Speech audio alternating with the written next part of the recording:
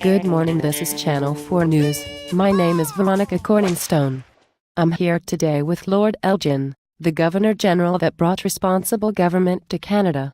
Good to see you, Elgin. Thanks for having me here. So, Elgin, tell us first about your father-in-law, Lord Durham. Well, he's a famous Governor-General of Canada that essentially unified the two Canadas and proposed the idea of responsible government in the country.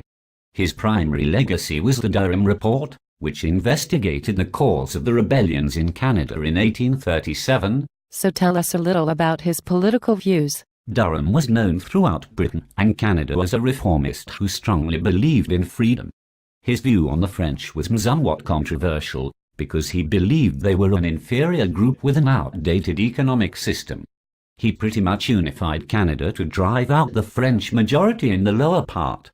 I can't say I agree with that. And what are your views on politics in Canada? I strongly support Lord Durham's idea of responsible government and believe that it is the only way that Canada can move forward as a colony. Even though Britain will become less and less dominant in the politics of the country, keeping Canada under imperialism would very likely cause a rebellion like the one that occurred in the United States. This would overthrow all of the influence that Britain never had. So how did you ensure that responsible government would stay in Canada? I stayed as far away as I could from the political workings of the country and simply signed the bills that were agreed upon by the Assembly.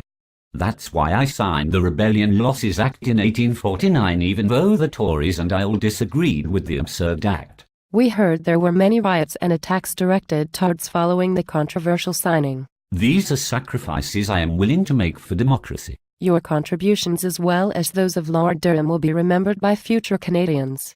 Thank you for your time, Elgin. My pleasure. That's all for today, folks. Tomorrow we discuss the building of the CPR and pros and cons associated with the controversial project. This is Veronica Corningstone of Channel 4 News, signing out. Good night, everybody.